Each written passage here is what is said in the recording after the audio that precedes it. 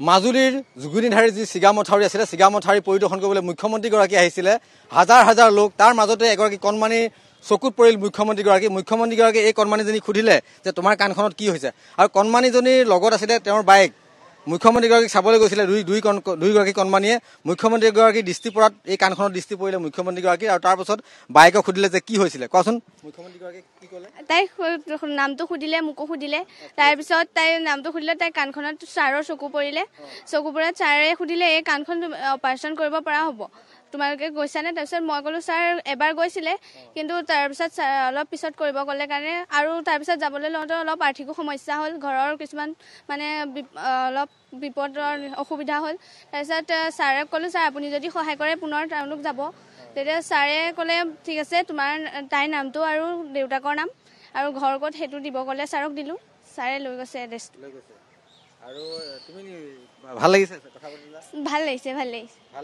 এগৰাকী মুখ্যমন্ত্ৰী চকুত পৰিলে আৰু লগে লগে কামটো হৈ গৈছে বহুত ভাল লাগিছে ছাৰৰ চকু যে তাইৰ কাণখনত পৰিলে মানে দেখি বহুত ভাল লাগিছে ইমান ব্যস্ততাৰ মাজত ছাৰে সেইটো কথা মানে ভাবিছে আৰু মই মাকৰ ওচৰলৈ আহিছো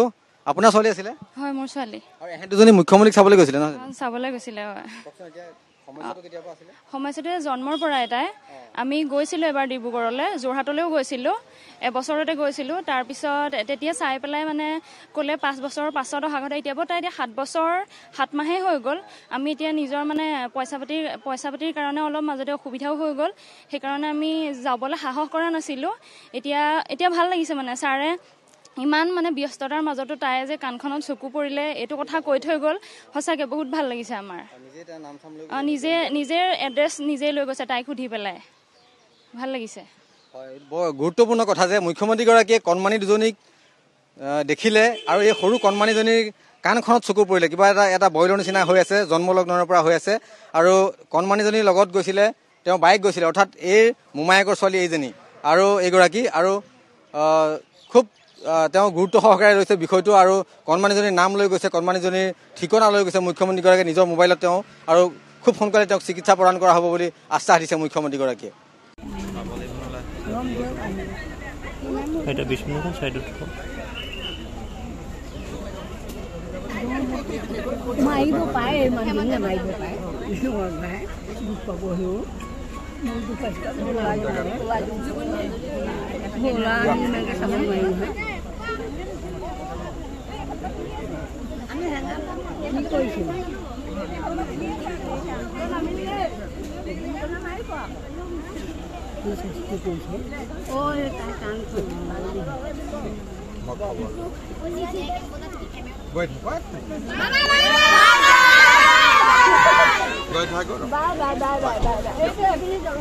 নাই মই অলপ মানুহখিনিক মাত দি যাওঁ